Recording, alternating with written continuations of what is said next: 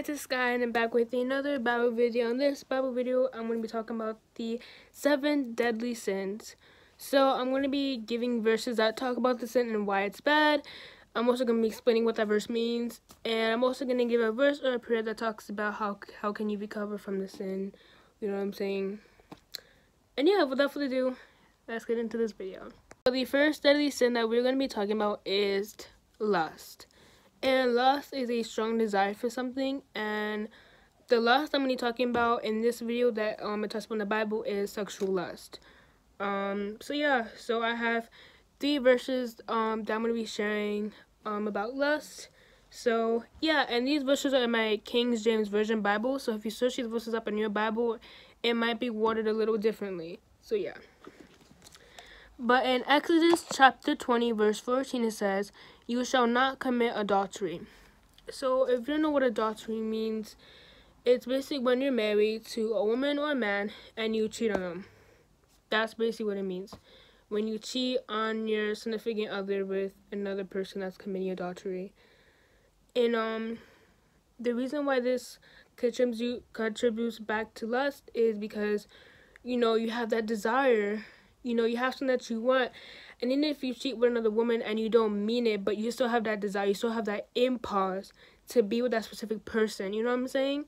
So yeah, on to the next verse. So this next verse is in Proverbs chapter 6 verse 25, and it says, "Lust not after her beauty in thine heart, neither let her take thee with her eyelids." So basically what this verse is saying, what I think it means, is don't let women fool you. Don't let women tempt you into being with them. Don't let women tempt you, no matter how beautiful they look, no matter how beautiful their eyes is. Don't let them possess you. Don't. Look away. Look away. Okay? Don't let a woman capture you. Okay? That is not good. Don't. No matter how beautiful she looks, do not let her captivate you, okay? Do not. And on to the last verse. This last verse is in Matthew chapter 5 verse 28, and it says that whosoever looketh on a woman to lust after her hath committed adultery with her in his heart. So if you're married and you look at another woman and you automatically think of being with her inside your head, you already committed adultery. You know, so if you're married with your wife or husband and you look at another person and you think, oh, I want to be with her, oh, I want to be with him, you already committed adultery in your heart. Even if you don't act on that impulse, if you think that thought, you already committed adultery in your heart. So yeah, you know, lust is very hard to overcome to some people. That's why I feel like it's one of the 7 deadly sins, because it's such a hard sin. And some people don't even know that they're doing that sin. Some people think that it's natural. You know, people think that it's natural to have those thoughts. Some people think that it's natural, but it's not. You should always wait till marriage. You know, wait till after you're married to start doing stuff like that. You know, always wait till marriage. You know, I know a lot of people struggle with that. So, on to the verse or prayer that I'm going to share to help you overcome lust. So, this is actually a prayer to help overcome the lustful thoughts. Yeah, so there's actually a way bigger prayer. I'm only sharing a small section that relates to this topic, but if you want to go check out the full verse, you know, you obviously could. But this is in Psalms chapter 51 verse 10, and it says, "Create in me a clean heart, O God, and renew a right spirit within me." So, you know, when you're saying this, you know, you're just praying for God to clean your heart, you know, take away all those wicked thoughts in your heart, all those things in your heart, you know, and ask God to put a good spirit in you. Take your bad spirit out. Ask God to put a new one in you. You know, that's basically what this prayer is saying. And when you say this, have meaning in it. Don't just say the prayer, you know, like have faith in that prayer. Have faith in God, and God will deliver you. And without further ado, let's get into the next deadly sin. So the next deadly sin that we're going to be talking about is gluttony. And gluttony is when you overeat. So that's what it's talking about. Yeah, when you basically overeat, you know, you keep eating, you know what I'm saying? But yeah, you know, that's basically like what it really is. And I actually have 2 verses this time that talk about gluttony. And obviously I'm going to share a verse that talks about how you can overcome gluttony, or a verse that can help you, with gluttony. You know what I'm saying? Yeah. The first verse is in Philippians chapter 3, verse 19, and it says, whose end is destruction, whose God is their belly, and whose glory is in their shame, who mind earthly things. So when it says whose God is in their belly, when you overeat, it's like you're serving your belly. It's like you're serving your God. Like, oh, I must eat. I must serve the God in my belly. That's basically what God is saying. Like, when you overeat, it's kind of like you're serving your stomach. Like, you have to, you know what I'm saying? Like, you have to know when to stop. You know what I'm saying? And, that's why fasting is very good. You should always fast. Fast for the Lord, or you could fast for a certain reason. But, Jesus fasted for 40 days. He did not eat nor drink because he was tempted by the devil. You know what I'm saying? I'm not saying you have to fast for 40 days, but it's always good to fast for the Lord. It's always good to fast because say if there's a food shortage or anything happens and you can't require food, when you fast, your body will already be used to not eating. However, if you're a person who doesn't fast and, is so used to eating, when there's a food shortage or you're not, near food, your body and your mind is not going to know how to react to that. You know what I'm saying? Like, you're going to start to lose it, you know what I'm saying? So it's always good, to fast at some point in your life. If you're a beginner at fasting, I would say try to fast for 6 hours. Like, when you wake up in the next morning, drink some water, maybe a cracker, and then you just try to fast for 6 hours. And then, you know what I'm saying? Then you could increase the time, maybe a week, a day, 2 days, you know what I'm saying? But it's always good to fast. You shouldn't just overeat, you know what I'm saying? And on to the next verse. I'm going to try to explain this next verse the best I can.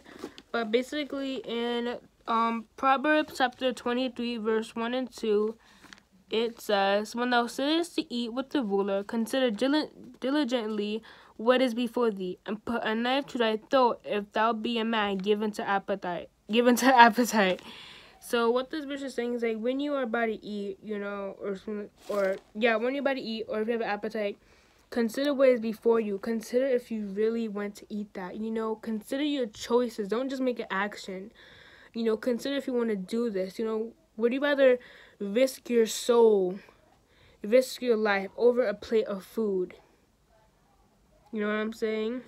And I think that's what this verse is basically talking about. I could be wrong, but that's what I got from this verse. Yeah, that's what I got from this verse. Correct me if I'm wrong. But that's what I feel like is a message, saying in this verse. Consider what is before you. Don't just take it into your body because it might not be good for your body. It might not be good for your soul. Yeah. So on to the verse that could talk about how to overcome gluttony. This verse is actually in the same chapter in Proverbs, chapter 23, the verse that I said before this one, and it's in verse 19 through 21. Let me move this a little bit. And it says, hear thou, my son, and be wise, and guide thine heart in the way. Be not among winebibbers, among righteous eaters of flesh, for the drunkard of the glutton shall come to poverty, and drowsiness shall clothe a man with rags. What this verse is talking about is basically when you overeat, when you do all these sins, you don't understand how it could ruin your life. You don't understand how when you do this stuff, God literally says it can put you into poverty. You can lose your money. You can lose what you have. You will be in rags. It will literally destroy your life. And I don't think any of you guys want that to happen to. I think all you guys want to be successful and have good clothes on your body and not be in poverty. So I suggest you don't overeat and that you actually fast and give some time to the Lord. And obviously, no matter even what these verses says, you should always pray to God and ask God to deliver you as well. So yeah. On to next sin. So this next deadly sin is a sin that I'm very excited to talk about because I've seen it a lot on TikTok. And OMG, I can't wait to spin. So the next deadly sin I'm going to be talking about is Greed. When people are greedy and they don't understand to be grateful for what they have, they always want more. Like, what they have is not enough for them. Like, what God gave them is not enough for them. They just want more and more and more. So, without further ado, let's talk about it. I will be only sharing one verse that talks about this topic, but it's actually very important. So, 1 Timothy chapter 6, verse 10, it says, "For the love of money is the root of all evil. While some coveted after, they have erred from the faith and pierced themselves through with many sorrows." For the love of money is the root of all evil. People will do the most evilest and wicked stuff just for paper. Instead of them coming to God and asking God, they do these wicked stuff for money. Celebrities sell their soul just for money and fame. They would rather sell their soul just to keep up with their famous lifestyle. I don't think you guys understand that money is not everything. Money is not everything. Money cannot buy you happiness. It just buys the things that you want. And after you spend a lot of things on money, you're going to want to buy more and more and more. And then you become greedy. You don't need to be rich. You don't need to have a lot of money to be happy.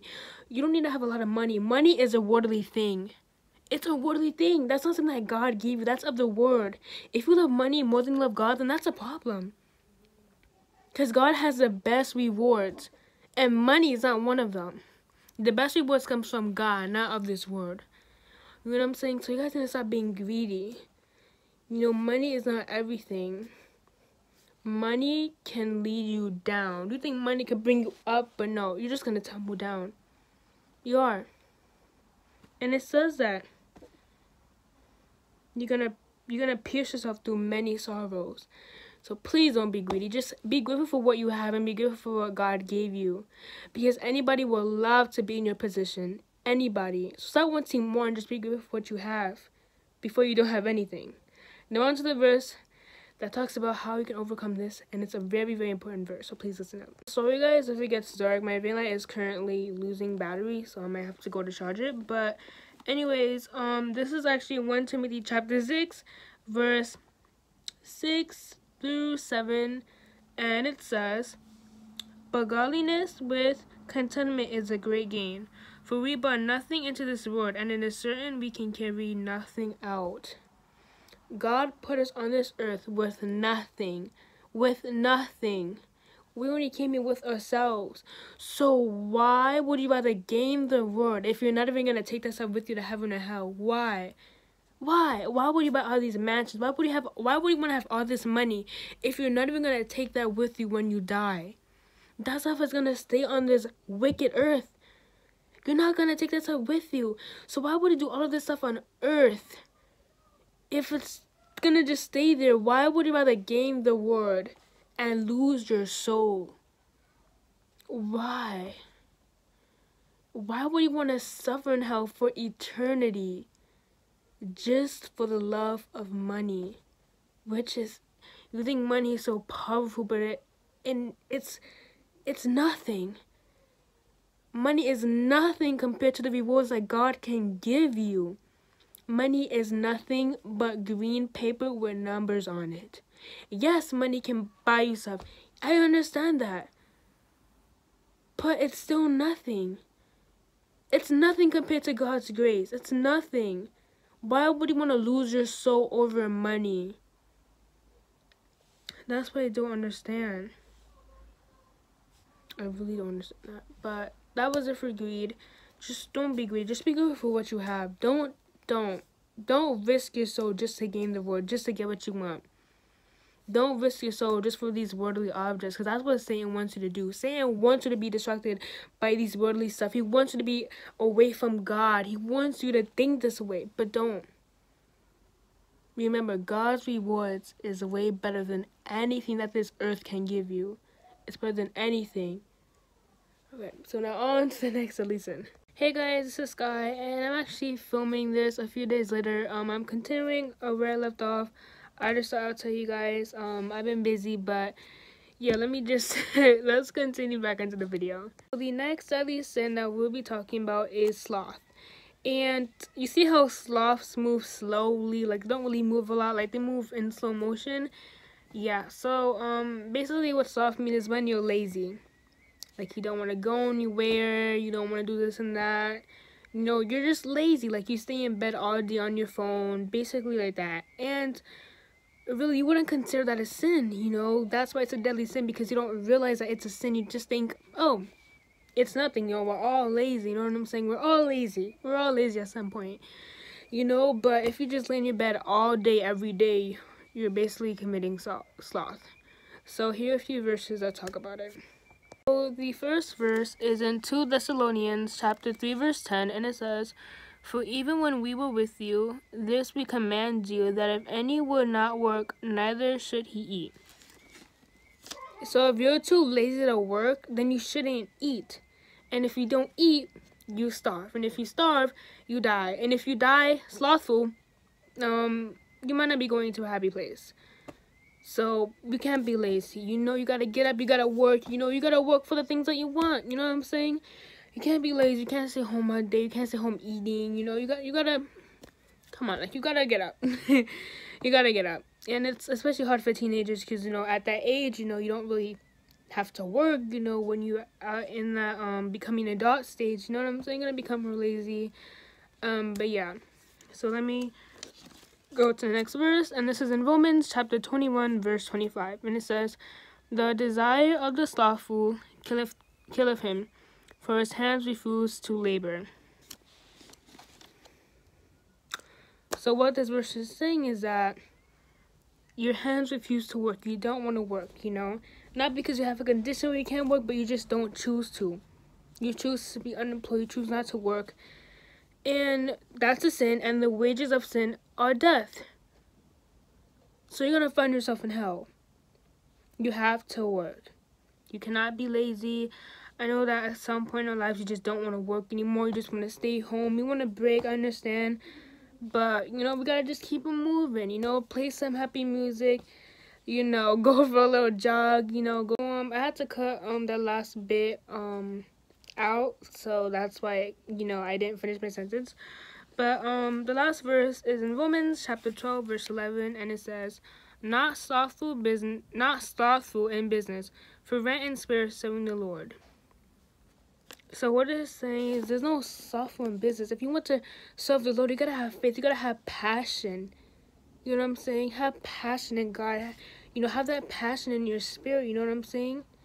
You know, always go to God when you have something. You know, you can't be lazy if you're a disciple of God. You gotta be working every single minute, every single second. You gotta be on point every single minute, every single second. You know what I'm saying? You can't just be lazy and give up.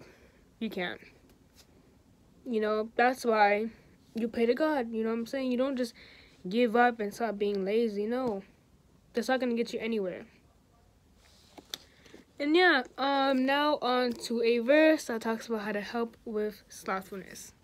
So this verse has a powerful meaning. And this verse is in Proverbs chapter 15, verse 19. And it says, "The way of slothful men is as a hedge of thorns, but the way of righteous is made plain."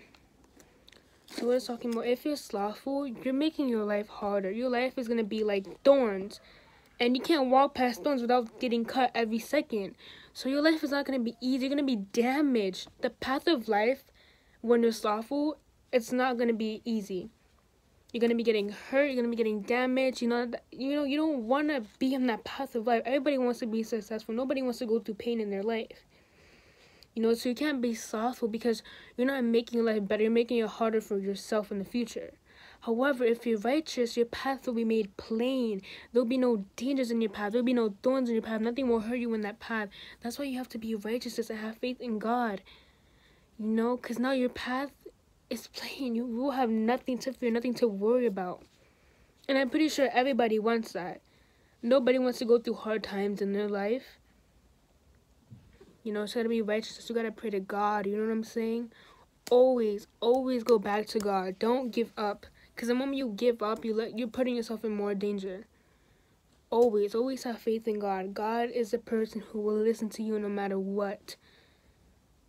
God is a person who will answer your prayers. God is a person who could only help you. God is a person who can only save you at the end of the day. So always be going back to God. Don't give up. Alright, now on to the next deadly sin. So the next deadly sin that I'll be talking about is wrath. And wrath is when you have a strong anger and hatred towards somebody. You know, like, not just you dislike them, but you have, like, a very strong hatred. Like, you hold that grudge against that person. Like, you can't forgive that person. Like, you're just very angry. So, I'm going to get into a few verses. I only have 2 verses that talk about this. There's a couple that talk about it, but I'm only showing 2 verses. And this verse is in James chapter 1, verse 19 through 20. And it says, "Wherefore, my beloved brethren, let every man be swift to hear, slow to speak, slow to wrath. For the wrath of man worketh not the righteousness of God." So, you know, when you get angry at somebody, you know, you're not being righteous toward God, you know. You're moving farther away from God, you know. Be slow to speak. Don't just say things out of anger, you know. Be careful what you say, you know what I'm saying? Like, be careful, you know. Because no, when you're angry and somebody says something, you're just going to snap like this, or you just want to go off on that person. But, you know, don't waste your anger on that person. You just move away from the situation. The best thing to do when you have enemies is when the argument is true, just say have a good day. Just say have a good day and walk away. You know, that will get them more angry, because now they're going to want to affect you even more. And now they're going to want to yell. They're going to yell all the insults in the book. The best way to get rid of an enemy, even if it's your sibling, is to just say have a good day and just walk away. Don't stress yourself out trying to argue with that person. Don't have wrath in you. Just let it go. Trust me, that's the best combat you could ever give somebody. I mean, come back. Yeah, but on to the next verse. So this next verse is in John chapter 13, verse 34 and 35. And it says, "A new commandment I give unto you, that ye love one another as I have loved you, that ye also love one another. By this shall all men know that ye are my disciples, if we love to one another." So if you want to be a disciple of God, you have to love everybody. How can you love God but hate His creation? You know what I'm saying?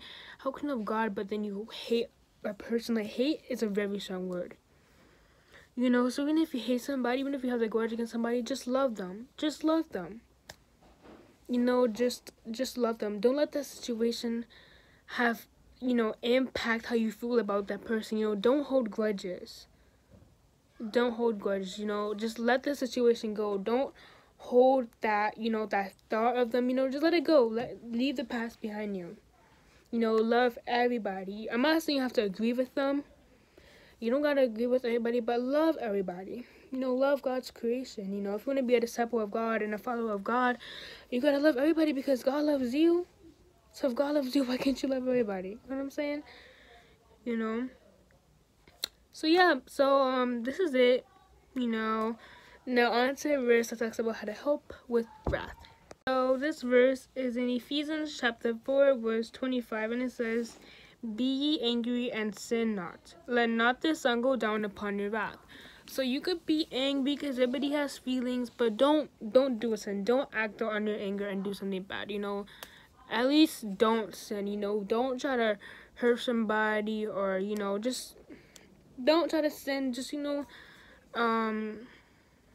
just calm yourself down. Like, you could be angry, but don't act out on that anger. Like, don't have that impulse to act out.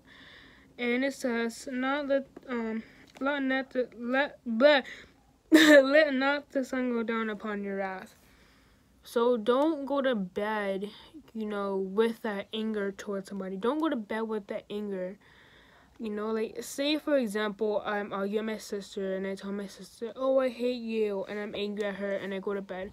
And now, let's say I wake up the next morning, and, you know, I'm standing before God. Let's say something happened, I died in my sleep, and now I'm standing before God. You know, you don't want to die, having that hatred towards somebody, because that could lead you into hell. You know, you don't want to die having that hatred towards somebody, and you don't want somebody else to die, and now you're stuck with those last words being whatever you said bad to them. You know what I'm saying? Nobody wants that. You don't want to tell something bad to somebody and then that person dies and you know that your last words weren't the best words to say to them. You know what I'm saying? Like, nobody wants that, you know? So don't go to bed, don't go to bed with that anger, just tell them that you're sorry. Just tell them that, hey, sorry for what I said, I'll talk to you tomorrow. You know what I'm saying? Don't just ignore each other, you know what I'm saying? Like, at least have closure about the situation. Don't just fall apart. Hopefully it's not the right. I started so much doing that. I am so sorry, guys. Now on to the second to last deadly sin. So the second to last deadly sin that when we're talking about is envy. So envy is when you have jealousy towards somebody. Like, you want to be that person. Like, you're jealous of them. That's basically what it is. You're jealous. You're jealous. That's literally it, and nothing else to it. So yeah, I have 2 verses that talk about this. Like I said, there's plenty more, but I'm gonna be saying 2.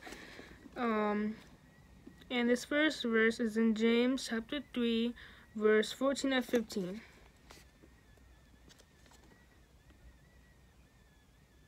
Sorry. Verse 14 and 15. It says, "But if ye have bitter envying and strife in your hearts, glory not, and lie not against the truth. This wisdom descendeth not from above, but is earthly, sensational, devilish." So when you have envy, that is not something that's not something from heaven. That's something from the earth. That's something from the world. And God does not like the world. So that's not from God. That's the devil. When you envy somebody, that's the devil. God calls envy devilish. Don't have that jealousy in your heart towards somebody. Don't. You know what I'm saying? Because that's not earthly. That's not from God. That's literally the devil. That's God literally calls it devilish right here. God calls that evil work. So don't have that jealousy in you. You know what I'm saying? Like, don't be jealous. You could you could work your way up to the same point that person has, but don't be jealous. You know what I'm saying? Don't be jealous. Yeah, and on to the next verse. So this next verse is in Proverbs chapter 24, verse 1 through 2, and it says, "Be not thou envious against evil men, neither desire to be with them. For their hearts study of destruction, and their lips talk of mischief." So don't want what that person has. Don't try to hang around that person, because you're not good. They don't have a good influence on your relationship with God, and you don't have a good influence on your spirit. They're evil. What they talk is not godly. It's Satan. They're not talking godly stuff. They're talking devilish stuff. Don't be around wicked men. Don't let people destroy you. Don't let people lead you on the wrong path, because people cannot take you to heaven. Only God can. But they could surely lead you into hell. Trust me. They surely can. Don't let them. Don't hang around that crowd. Don't hang around bad crowds, because when you hang around bad crowds, you do bad stuff that you don't want to do, and it gets you into a lot of trouble.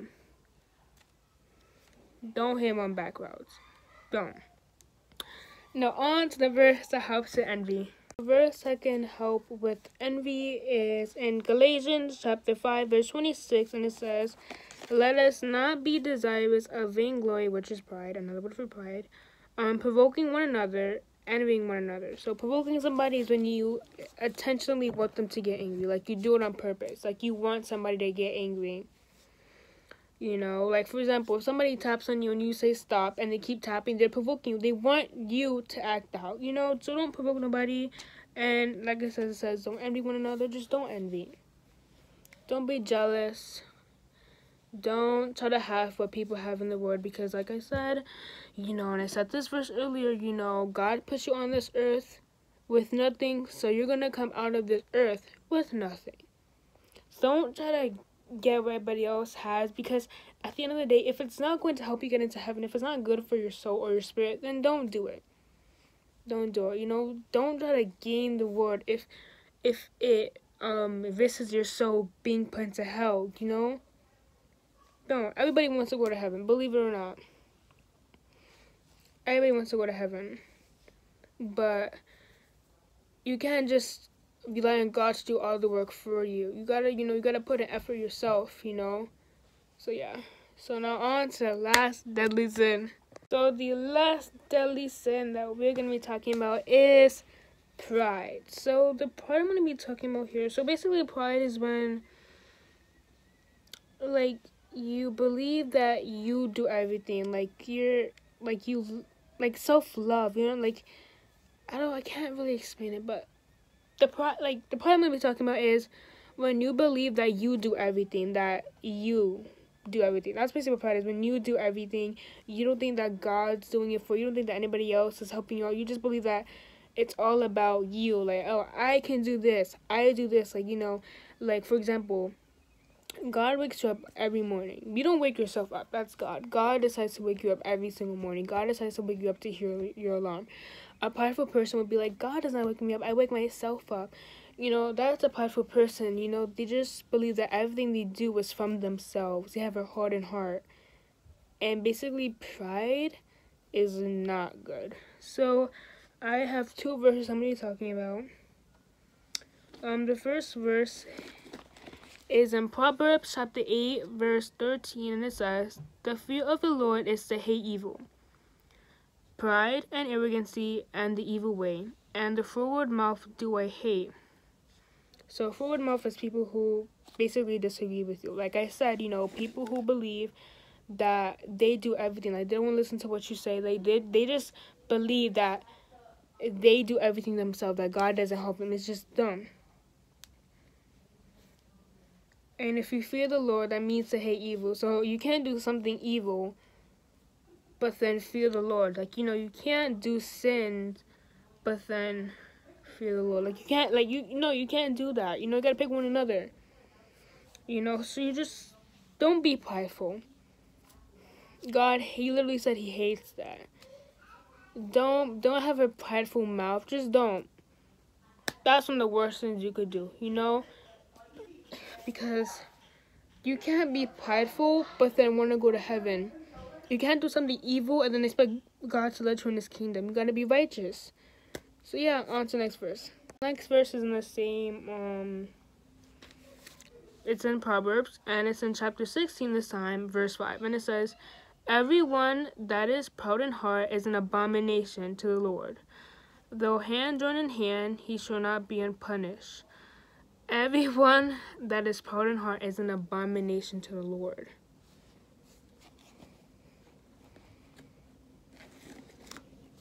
When you're proud in heart, like I said, that means you feel like you do everything. You don't believe that God is everything. You are just so stuck in a mindset that, I can do this by myself. I don't need God. I don't need this and that. That's an abomination. That's wrong. Very, very wrong. And you shall not go unpunished. You will be punished for your prideful heart. If you're prideful in your heart and you don't repent of your sins and you just don't want to listen to nobody, God's going to punish you. And we don't know what that punishment is. That punishment could be anything. But trust me, He's going to punish you. So yeah, those are basically the two verses. And now on to the verse that's going to help you with pride.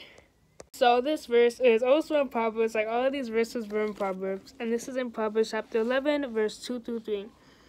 And it said, "When pride cometh, then cometh shame. But with lowly is wisdom." And lowly means to be humble. So when you're prideful, you're going to have shame in your life. But if you're humble, you're going to be filled with wisdom. And you want wisdom. You don't want your life to be shameful. You want wisdom. So don't be prideful. And like I said, always call out to God. Don't try to, you can't overcome sin on your own. You can't do that. You always have to go to God. God can deliver you. But you have to have that faith in Him. If you're just going to keep doubting God's help, it's not going to help you. Always have faith. And yeah, this is a long video. Like I said, if you have any questions, you comment down below. Hopefully I can get the comments turned on, because usually turn it off because I'm not of age. But hopefully I get the comments turned on. My social medias will be in the description. And I'll see you guys next video. which will probably be after Christmas. So Merry Christmas if I don't post again after this. But hope you have a Merry Christmas. Yeah, and I'll see you guys when I post. Peace out.